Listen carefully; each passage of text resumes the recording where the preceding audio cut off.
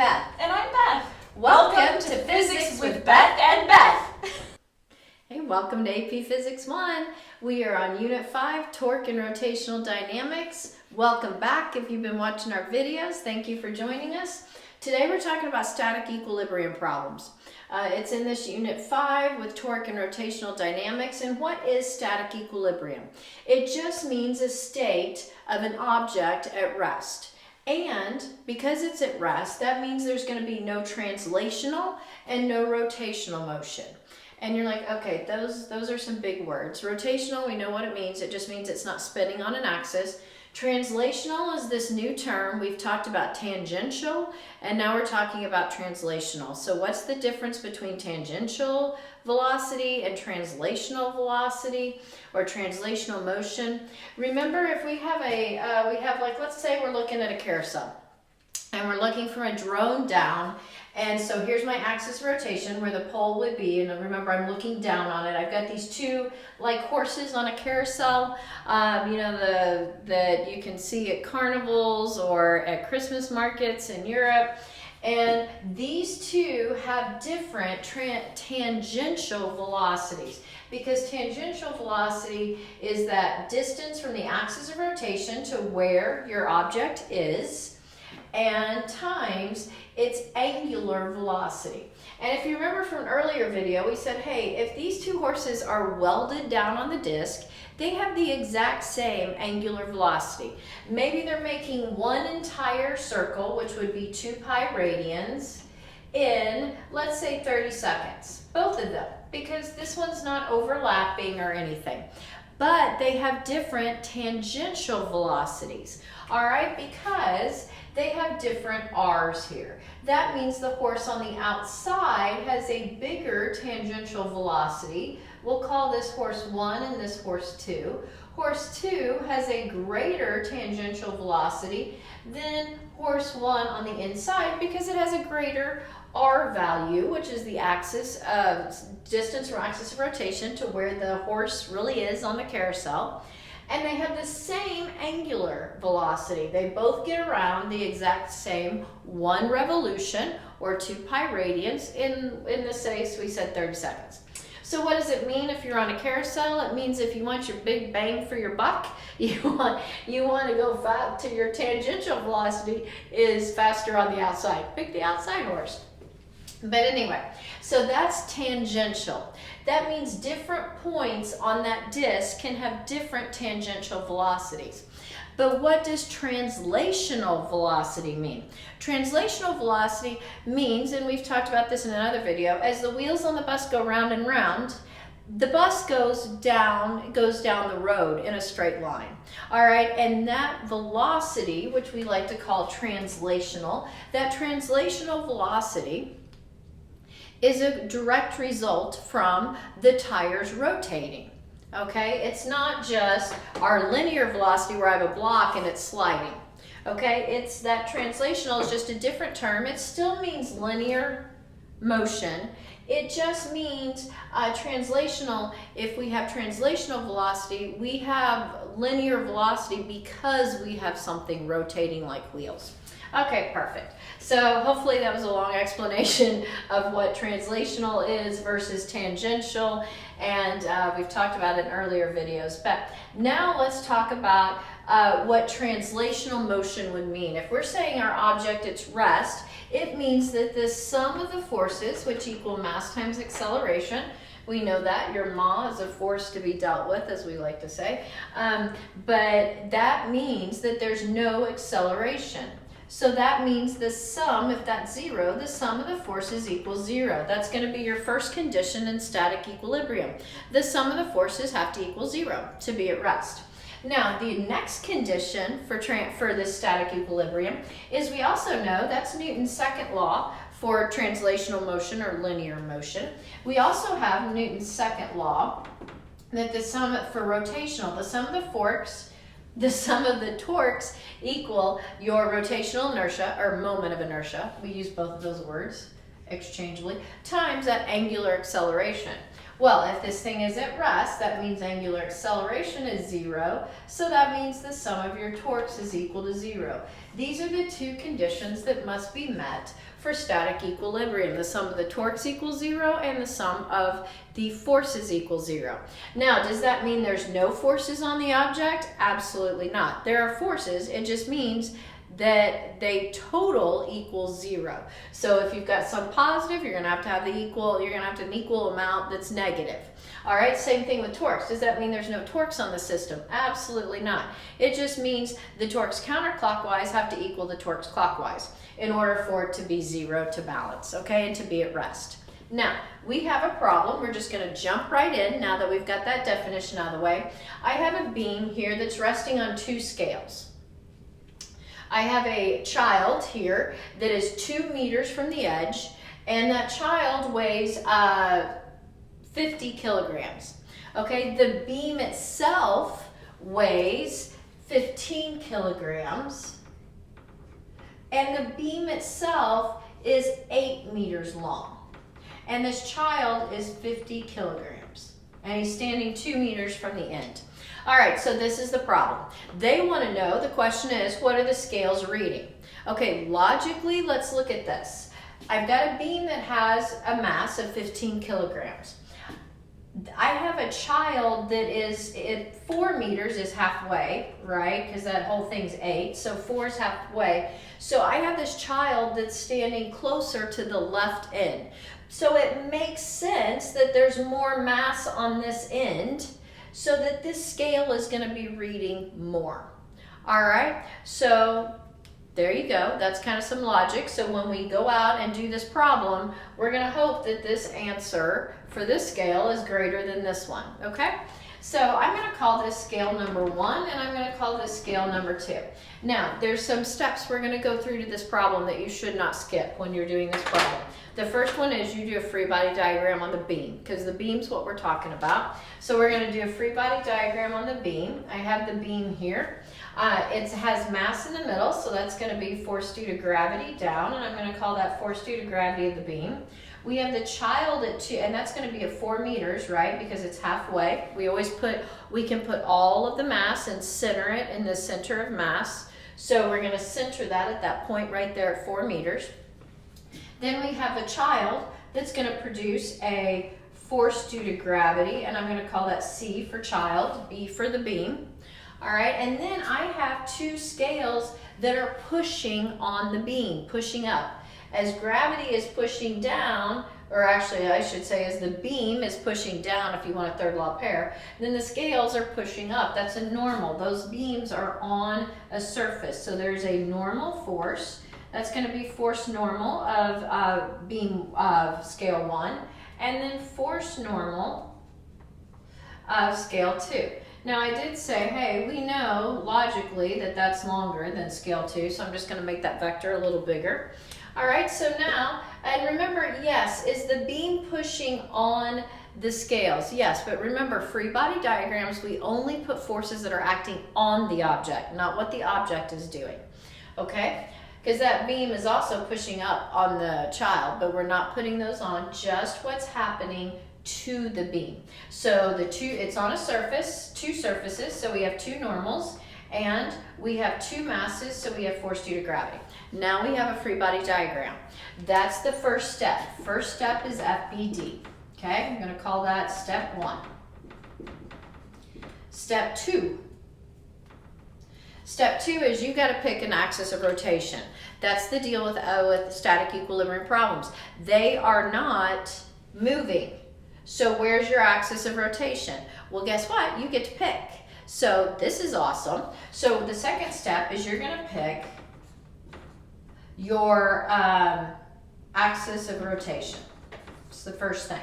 Now, this is awesome because you're going to get to pick somewhere where you can eliminate, basically, when you're talking about torque, a force. I have my force due to gravity and my force of the beam. I know because that's mg. All right, for both of them. But it's mass of the child times g and mass of the beam times g. I know both of those numbers. I know little g, so I know I can find both these forces mathematically. All right, I know nothing about normal force of this scale or normal force of this scale. I don't know. That's what we're trying to find out. We're trying to figure out what the scale's reading. Well, the scale's reading whatever that force is it's pushing up. So normal, that's what we're trying to find. What's the scale reading? We're trying to find the normal force of scale 1 and the normal force for scale 2. So I don't know either one of those. So I don't want to have both of those in my torque equation and have two variables that I can't solve. So I'm putting the axis of rotation, I'm actually going to put the axis of rotation right here. Now you could put it here. It doesn't matter, you're going to get the same answer. So it doesn't matter, I'm just putting it on this end because they had already measured my little person 2 meters from this side. So making it easy on myself, I'm going to put my axis of rotation there. Okay, now that's the second step. Third step is you are going to now sum the torques. All right, I'm going to go ahead and erase this. If you haven't written down that problem, go ahead and pause and write that down. Well, back up now, because by the time I said it, I was already erasing. Sorry about that. All right, now the third step is we're going to sum the torques. All right, and remember, we said, hey, in a static equilibrium, the sum of the torques, it really is your moment of inertia, rotational inertia times your angular acceleration, but angular acceleration is equal to 0. So the sum of the torques equals 0 if this thing's at rest. All right, so I'm going to sum for my axis of rotation here. All right, so I have the sum of my torques is equal to the torque from my normal force, 1, plus my torque from my force due to gravity of the child, plus my torque from my force due to gravity of the beam, plus my torque from the force normal of 2, okay? And that's all gonna equal 0, because it's at rest. So here you go, I'm gonna start. Remember torque, don't forget that our torque formula is that distance from axis of rotation to where the torque is, where the force is physically applied, times that perpendicular force. So I'm gonna go with N1. All right, so again, I'm summing these torques. And N1 has a radius of 0, an R value of 0. Why? Because normal 1, this force normal of on scale 1, is on the axis of rotation. So R is 0. So this is just 0 times whatever that normal force 1 is, okay? And by the way, that is perpendicular. All of these are perpendicular forces, so we're good there of our radius there, okay? All right, now I go to the next one. Force due to gravity of the child, okay? They're 2 meters from axis of rotation, so that's gonna be 2. They are 50 kilograms, and remember, that's only mass. Kilograms is a mass, it's not a force. You got to multiply that by little g, all right, to get that number. Plus, so that's going to be R times that force due to gravity of C, okay? Now, we got to figure out if it's counterclockwise or clockwise. Remember, clockwise is negative and counterclockwise is positive. Now, so I'm looking at this. That is going to make this go clockwise. Okay, so that's going to be negative. So I'm going to go ahead and put in a negative here.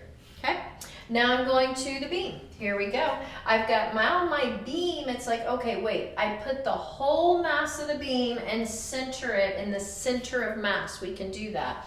So if the whole beam is 8, that means in the center is 4. So it's 4 meters to here. It was 2 to the child and now it's 4. So that's going to be a 4 times that beam mass, which was 15 kilograms, but that's mass, so I've got to multiply it by a little g. Again, look, if I pull down, it's going to make it go clockwise as I pull down, so that's going to be negative again. Now you know I've got to have a positive, because remember, these are all going to equal 0. I have a negative and a 0, so the next one has to be positive, right? And it is. Look, if I pull up on this, it goes around counterclockwise. Now, this normal 2 is the scale at the end. It's all the way 8 meters from that axis of rotation, because R is just the distance from axis of rotation to where the force is physically applied. So that's going to be 8. And I don't know my normal force 2. That's one of the things I want to know.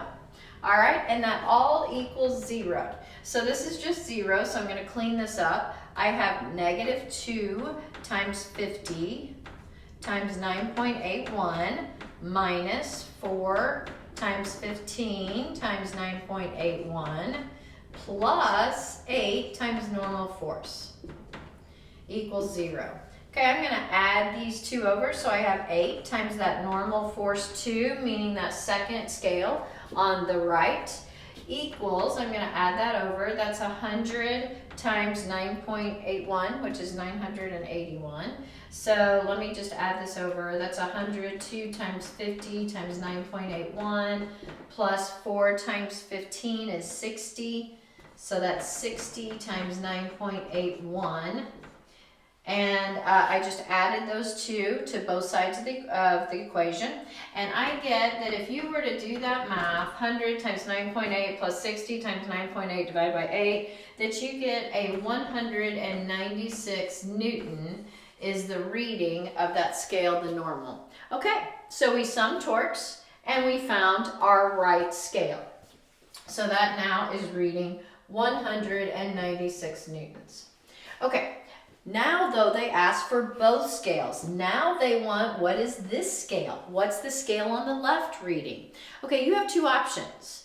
You can do this exactly like we just did, but move axis of rotation over here to your normal, your second scale. And then you would do it exactly, but everything, you're going to have to look at, if you've got an axis of rotation here, now this is counterclockwise, this is counterclockwise, this is clockwise. All right, that's pretty complicated to do this a second time. You could, you'll get the same answer, doesn't matter. But what's easier is remembering this key concept, that, okay, the sum of the forces equals 0 as well. So now I could do an easier step 4 where I just sum my forces. Because now I know my child, force due to gravity of my child, it's just 50 times 9.81. I know the force of my beam, that is my 15 times 9.81. And I know my normal, which is my normal 2 over here, the scale, which is 196. So now I've just got one force I don't know, and that's what I'm looking for. That scale reading, the normal force on the left. So I'm going to do that. I'm going to draw a little line here so we don't get all confused. And I'm going to say, hey, my sum of my forces equals 0. And I'm going to do, I have my normal 1 that's up. I have normal 2 of that scale that's up. Those are both positive, they're up. Now it's not about clockwise or counterclockwise because we're talking about translational, linear. So I'm just talking about up is positive, down is negative. I have minus my force due to gravity of the child minus my force due to gravity of the beam, and they all equal 0. So I have normal.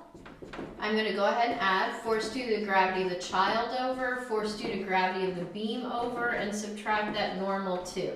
All right, well that's going to be, if I put in my numbers, that's going to be mass of the child was 50 times g is 9.81, because remember force due to gravity is mg, plus force of the beam, which was 15, mass of the beam, which was 15 times 9.81, minus my 196. All right, if you do that, then you get a normal force of 442 newtons. And just like we said, we expected this scale to be reading more because the kid was standing closer to this end. And it is. This one's reading 442 newtons, while this one's reading 196 newtons. And now you get the static equilibrium problem. Again, sum of the forces equals 0, sum of the torques equals 0, and you sum torques. I always sum torque. First step, free body diagram, you have to have it. Do not skip that step. Second step, pick where your axis of rotation is. I conveniently picked it on one of the forces I didn't know, so it would just go away because R would be 0. All right, and then I summed my torques, and then that was the third step. And step 4 was to sum the forces to get the other one. Hope this video helps. Thank you for watching. If you like it, please give us a thumbs up. Subscribe if you want to see more of our videos. We'll be coming out with them every unit until we get to the end, Unit 8, which is new this year, fluids. And thank you for watching, and happy physicsing.